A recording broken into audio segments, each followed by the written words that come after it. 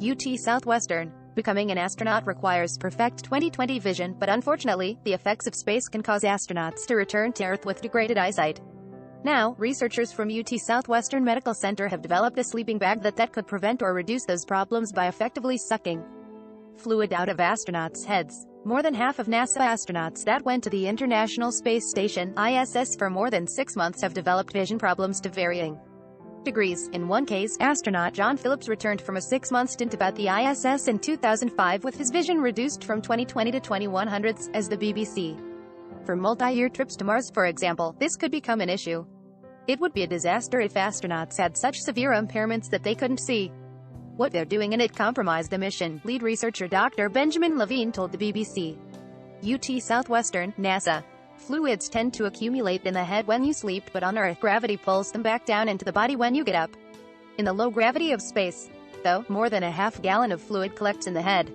That in turn applies pressure to the eyeball, causing flattening that can lead to vision impairment, a disorder called spaceflight-associated neuroocular syndrome, or SANS. Dr. Levine discovered SANS by flying cancer patients aboard zero-G parabolic flights. They still had ports in their heads to receive chemotherapy, which gave researchers an access point to measure pressure within there. To combat SANS, researchers collaborated with outdoor gear manufacturer REI to develop a sleeping bag that fits around the waist, enclosing the lower body. A vacuum cleaner-like suction device is then activated that draws fluid toward the feet, preventing it from accumulating in the head. Around a dozen people volunteered to test the technology, and the results were positive. Some questions need to be answered before NASA brings the technology aboard the ISS, including the optimal amount of time astronauts should spend in the sleeping bag each day. They also need to determine if every astronaut should use one, or just those at risk of developing SANS. Still, Dr. Levine is hopeful that SANS will no longer be an issue by the time NASA is ready to go to Mars.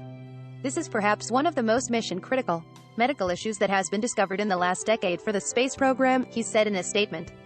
All products recommended by Engadget are selected by our editorial team independent of our parent company. Some of our stories include affiliate links. If you buy something through one of these links, we may earn an affiliate commission.